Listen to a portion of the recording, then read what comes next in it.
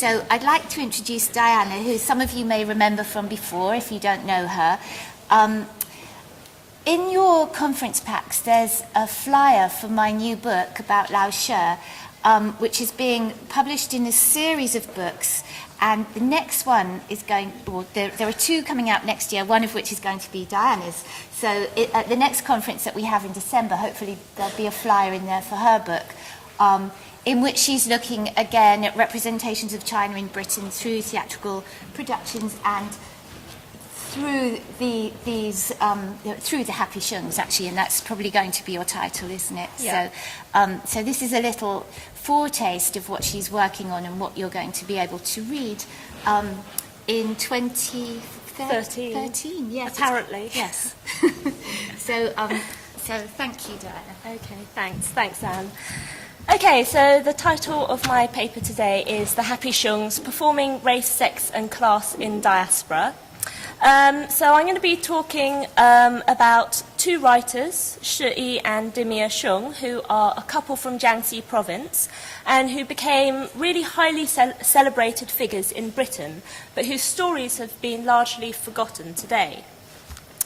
The paper comes out of my book project, and that in turn came out of my PhD, which was basically, in part, an attempt to recover some of the lost histories of Chinese artists and writers in the UK. And I remember in the first session of this series, David Yip was urging everyone, speak to your friends and families and elders. This is actually where you're going to find all the lost histories that we know so little about. And that's actually how my research for this paper and my book started. So I found a copy of the play Lady Precious Stream in the university library. The copy that I had didn't even actually have a cover, but this is one of the covers. But I couldn't actually find anything out about the author after that. But by coincidence, I met a friend of mine, Grace Lau, who's in the audience today, and I told her about my difficulties about finding out about this author. And she turned around and said, "Oh, the Hsiungs were friends of my family. I'll introduce you to Datar, their son." So basically that set me off on a kind of 3-year project of travelling around from London, Beijing, Taipei and Washington to meet different members of the Hsiungs family and basically interview them through repeat sessions about their family, as well as doing some archival research in their huge family archive. So this is, the material where my research comes from. And little did I know at the time that I would uncover such extraordinary stories. So Shih-I shot to worldwide fame with his play Lady Precious Stream in the 1930s, and his wife Dymia was possibly the first Chinese woman to publish in the 1950s a fictional autobiography in English of her life in Britain. So part of my project is framed by this idea that we commonly have, that the Chinese in Britain, were always seen as being invisible or insular, and that they've had very little social, cultural or political impact on British society. And I think the Hsiung stories are quite important in contesting those ideas. And I want to really talk about how their stories in fact highlight how entangled British and Chinese identities were, specifically between the 1930s and 50s, but probably also still are today. So picking up on some of the themes of our earlier speakers about the importance of the historical context, what I want to do is talk about how these identities were forged within unequal power relations, which were shaped by the historical legacies of racial and colonial ideology, as well as the specific unfolding circumstances of the Sino-Japanese War, the British interwar and post-war period, and also the rise of communism. So what I'm going to talk about is how it's within these specific contexts that the Hsiungs were trying to perform specific types of Chineseness to find acceptance in British society. and to fit into British ideas around not only race and nation, but also, as I'm going to show, ideas around sex, gender, family, class, and aesthetics. So what I'd like to suggest is that the Hsiungs' attempts to craft their own identities became entangled and ultimately limited by the attempts of British people, to construct their own identities. Okay, so during the 1930s, a fashion for all things Chinese took Britain by storm. So in part this was due to the improving political relations between Britain and China in a kind of shared struggle against fascism. But according to Robert Bickers, the greatest impact on British minds actually came from Chinese art and from Chinese students and intellectuals in Britain. So on the one hand, the Chinese government launched a new form of cultural diplomacy, loaning works to a hugely successful exhibition of Chinese art at the Royal Academy in 1935. And on the other hand, there were writers such as Lin Yutang, Xiao Qian, and Pearl Buck in the US, who were emerging and providing different representations of the Chinese at that time. But very little has been recognised to date about the key role played by the Hsiungs in this new China fashion. Okay, so Shih-I Hsiung arrived in London in 1933, and he was hoping to make it as a playwright. So he used his reputation as a translator in China to send George Bernard Shaw, whose works he had translated, a modern realist play that he had written for the English stage. Shaw replied saying that it was great, but try something different, something really Chinese and traditional. So, like other foreign writers at the time, Hsiung's role was clearly to embody difference. So he decided to adapt a Peking opera for the English stage. He first considered a story about a young scholar who was falling in love with a courtesan. Yet, he was aware that there were xenophobic attitudes that often had sexual undercurrents.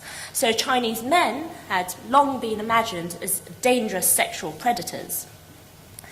By the 1930s, attitudes were changing, but Hsiung still found that travelling alone in London invoked what he called serious misgivings around my domestic situation. So he continued presented himself as a home man, and later described the arrival of his wife and children as a blessing and a relief. For as his wife later wrote in her autobiography, "Now that the family is here, we can begin to look like an English household." So in light of the racialized sexual politics of the time, Hsiung opted for Wang Baochuan, which is a more acceptable romance about a young princess who falls in love with her family's gardener. Though he did also erase the polygamy in the original story. So British attitudes influenced Shih-I not only to write a Chinese play, but also determined how he chose to represent that Chineseness. He spent around a year trying to find a producer for the play, and his struggles came, as his son told me, because nobody dared to put such a weird thing on stage. But finally, Nancy Price turned up and said, "You know what, this is going to be a great success, and possibly the greatest success London has had for some time." Where is it? Oh, sorry, I've missed my picture with George Bernard Shaw there. And indeed, Lady Precious Stream was an overnight phenomenon. It ran in the West End for almost 1,000 nights and became the society show to see. The Queen and other members of the royal family attended, and figures such as George Bernard Shaw and H.G. Wells raved about it, and critics hailed Hsiung as the new Shakespeare. Soon it became an international success and was performed in the US, Europe, and several other countries around the world. So essentially, the Hsiungs became worldwide celebrities. And here they are with Eleanor Roosevelt, who attended one of the performances on Broadway. And Here is Shih-I with Paul Robeson, the actor, alongside Anna May Wong and Mei Lan Feng and others. So, essentially, Shaw had been right. Western audiences were hungry for something, as he put it, really Chinese. And as we've heard in some of the earlier papers today, China and the Chinese have long played a key role in the Western imagination. But in Britain, until the 1930s, it was mainly non-Chinese who had represented them. And with Lady Precious Stream, suddenly, here was what the press called a real Chinese person, writing about his own culture. The play was hailed as the first European production of a traditional Chinese play, and newspapers exclaimed, "Never before has a Chinese play been done in English and according to the traditional Chinese manner." Yet, as these photos show, white actors and actresses were used to represent the oriental charm of this traditional Chinese play. So clearly, Hsiung's conjuring of a traditional China was more important than any reality, and it depended on a desire among British audiences to perceive authenticity. And what I'm going to talk about now is how, through their perceptions of China, Britons were able to defend or attack different aspects of their own culture and identity, much as in Simon's paper with Nichols trying to, use this trope of the pantomime to kind of critique Thatcher. So this occurred in a variety of ways. George Bernard Shaw, who was critical of the parochialism of British culture, wrote to Hsiung, "Your English is so delightful that no Englishman could possibly have written it." Critics who were weary of English realism discovered a wonderful world hitherto unrealised in the West, which places Chinese theatre ahead of the most advanced producers in the West. The radical symbolism of Lady Precious Stream, they argued, would free audiences who were debauched by the realism of English theatre. But in stark contrast to these views, others wondered whether the technical methods of the Chinese theatre are really as crude and, according to Western ideas, as far behind the times as this play would have us believe. Its crudities, however, had a very definite appeal, no doubt in reconfirming the modernity of the West. So while these views depended on seeing absolute difference in Chineseness, there were others who supported universalist ideas, and for them, the play was likened to the works of Dickens, Austen, and Shakespeare, among others, in presenting motives and emotions that are common to all humanity. So critics saw in Hsiung's works what they wanted to see, and as they sought to construct their own cultures and identities as Britons in various ways. As this photo suggests, Lady Precious Stream also became caught up in a construction of identities in the world of politics. As part of China's cultural diplomacy, the play was staged at the Chinese legation in front of nearly the whole of the foreign diplomatic corps. The Chinese ambassador hailed the play's success in London as evidence of the joint participation of two great democracies in a kindred culture. Remarking that the Jubilee year would be a Chinese year as well, he further effected convergence between British and Chinese identities through patriotism. Lady Precious Stream, however, allowed China to claim not only political amity, but also equal status. The hilarity it provoked, for example, among British audiences, was thrown back at them when the ambassador pointed out that while its Chinese conventions made them all laugh, equally amusing to him and his countrymen were the behaviour and responses of a London audience. Lady Precious Stream also became important to China's international campaign against the Japanese. For as the embassy in Washington was told, the play would make the American public feel that a race as cultured, civilised and peace-loving as the Chinese should not be bullied by the Japanese. When the war reached London, Britons also saw the value of the play in constructing their own identities. Rather than crouching grimly in cellars appalled by Dr. Goebbels' account of their plight, the Times wrote, Londoners were in fact sitting in Regent's Park watching an open-air performance of Lady Precious Stream. Hsiung had conjured a little Chinese fantasy which provided, they said, victims of war lunacy a remote vision of a saner world. And little did it matter that for them at this time that modern China was itself at war at that very moment. So the play also remained significant after the war in light of British concerns over the breakdown of British families. Lady Precious Stream showed that the Chinese have a wholehearted devotion to family life and that there are no human emotions in China separate from family ties. An article entitled The Happy Hsiungs appeared in the Good Housekeeping magazine, depicting the Hsiungs in familial bliss. And similar images, here with the second title here, reading is a favourite occupation with all the Hsiungs. And this is a usual scene, kind of a rather ethnographic approach to a contemporary family in Britain. And similar images of this kind of idea of the model Chinese family are found throughout the archives on the Hsiungs. And as a letter from the writer Charles Duff suggests, and this is writing to the Hsiungs, it was lovely for us to meet such a happy, compact, consistent family in these awful times, and I thought, here is proof that real values produces good results. So, in a moment of national need, the Chinese family was welcomed as a model into the British embrace. As Duff ended his letter, and always, this house is your house. Okay, so I'm going to move on to talk a little bit about the kind of limits of the success that Hsiung had.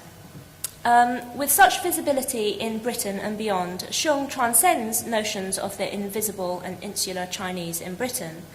Yet the interest in China that he helped generate didn't necessarily signify fundamental shifts in British attitudes towards the Chinese. Despite Chineseness becoming the fashion, views could remain stereotypical and patronising. So, writing about an exhibition to the Chinese art exhibition, writing about a visit to the Chinese art exhibition and a performance of Lady Precious Stream, one journalist wrote, I went all Chinese recently and went to Burlington House in the afternoon and the Little Theatre in the evening. I wanted to do the thing properly and eat bird's nest soup in a chop suey for dinner, but my companion protested. So I had to content myself with speaking pidgin English over a sausage and mash.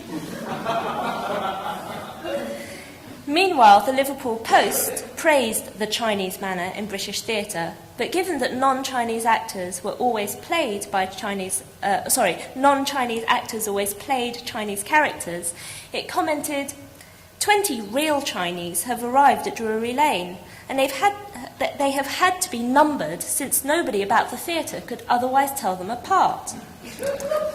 So these age-old derogatory jokes and stereotypes about the Chinese, bird's nests, chop suey, pidgin English, and all looking the same, coexisted alongside appreciations of Chinese culture. Controversies also began to surround Hsiung himself. Due to the quality of Lady Precious Stream, some doubted his authorship. The play must have been written by an Englishman, or had an English collaborator, or had been a collaboration perhaps of 3 or 4 of the best living European dramatists. But others found the apparent modernity of thought and language unconvincing for a traditional Chinese play. But it was not only Britons who questioned Hsiung. Other Chinese in Britain felt that his romanticised depiction of Chineseness pandered to Western tastes and was, and this is a quote, indirectly helping to stultify the rebirth of the nation. And Hsiung's cultivation of his Chinese image, wearing Mandarin gowns and jade bracelets and keeping his hair long, didn't do much to help. So, Hsiung certainly sought fame and crafted his identity to suit dominant British expectations. Yet, on becoming a celebrity, he still wanted to reconfigure British attitudes towards the Chinese. So instead of simply providing positive images of China, he tried in his later novels and plays to remove misunderstandings, but with little success. None of his later works matched the impact of Lady Precious Stream, and with a shift of power in China in the late 1940s, the last book he wrote in England, a biography of Chiang Kai-shek, sealed his fate. From once becoming a celebrated cultural figure, Hsiung sank into almost complete obscurity, and it was then that his wife, Dymia, took up the mantle. So, by the time her autobiography, Flowering Exile, was published in 1952, British-Chinese relations had deteriorated. Mao had proclaimed the People's Republic and was at war with the West over Korea. The Chinese in Britain were under new suspicions of having gone red, and indeed, the Hsiung's 3 eldest children had returned to China. And it was this that, distraught by their absence, led Dymia to turn to writing about her family's life in Britain. So immigrant literature was emerging in Britain at the time, but usually focused on the mystery, alienness, and differences of pre-immigration life. Some accounts of life in Britain had been published by writers such as Lao She and Jiang Yi, but Flowering Exile was possibly the first written by a woman. And I'm going to talk a little bit now about the kind of ideas of Chineseness and the kind of challenges she faced in getting the manuscript published. So the publisher, Peter Davis, liked the manuscript for its very attractive picture of an exceptionally united and talented family.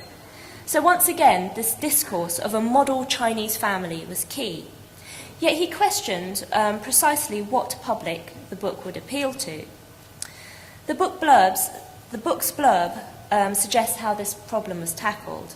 It says, "The life of this very Chinese household is an intensely human story seen through the eyes of a Chinese woman who is first and last an industrious and conscientious wife and mother. It leaves a fragrant memory, recreating the atmosphere of a little world on its own." So on the one hand, the blurb emphasises difference by referring not only to a Chinese but a very Chinese household. Yet in stressing an intensely human story, this difference is also assuaged. And it is also domesticated by gendered images of a faintly exotic Chineseness, the Chinese woman as an industrious and conscientious wife and mother who leaves a fragrant memory of a little world on its own. So the publishers sought to generate appeal through Chineseness, but one that was strictly managed according to conventions of dominant society. And given the fears around the new communist regime, the publishers wrote bluntly that the book's proposed title, Forever China, simply will not do. Reviews of the book further highlight who was authorised to present Chineseness and what that Chineseness might constitute in Britain during the 1950s. Discussed alongside the book The Rift in a Lute, which was, and I quote, by an English writer about the Never Never Land of the willow pattern, the Times Literary Supplement criticised Flowering Exile as a prosaic account of houses, gardening, food, conversation and entertainment. In other words, a familiar world. By contrast, The Rift in a Lute which recounted adventures which belong more specifically to the China of legend, was praised for capturing the strangeness and the charm of that fabled land. So here we can see that the prosaic depiction of a Chinese family living in contemporary England couldn't compare to the imagined tales of China of legend conjured by an English writer. To repair the damage brought on by this review, the publishers sought another review which kept closer to their desired image of Flowering Exile as embodying a tame Chineseness and familial harmony. In it, the book was described as an aromatically humorous view of England, and its real poetry resided in its treatment of the Chinese family that flowers so happily in exile. The Spectator, meanwhile, claims that flowering exile scatters its fragrant petals on the precious stream to which her husband had led English-speaking some 20 years ago, and where so many of them have liked to linger since. So as this suggests, a desire for kind of exoticized images of Chineseness survived in Britain from the 1930s to the 1950s. Yet there are other views too. A review in The Economist provides a different picture, which locates the Chinese firmly within the contemporary political context and applauds the cosmopolitanism of the book. It says, "When educated Chinese are becoming more and more cut off from contact with the West, it is refreshing to read the autobiography of a Chinese woman who, while remaining a patriot, has become truly a citizen of the world." So here, in contrast to the reviews that conjured a parochial little world of the domestic home, this reviewer radically reframes Flowering Exile as a significant document of a world overlapping between East and West. So once again, we see how different Britons saw in the Hsiungs' works what they wanted to see. Okay, so briefly to conclude, the Hsiungs' rise to visibility challenges dominant images of the Chinese in Britain as invisible and insular. While Shih-I's success far transcended his wife's, the journeys of both are significant in illuminating the entangled identity formation between the British and the Chinese between the 1930s and 1950s. Britain and China, and the British and the Chinese, forged social, political, and cultural identities in relation to one another through discourses of race, nation, sex, gender, family, class, and aesthetics, but always within unequal relations of power. So governments, theatre producers, publishers, literary figures, and the media played a central role in shaping the Hsiungs' works, and were thus highly involved in a production and reception of Chineseness.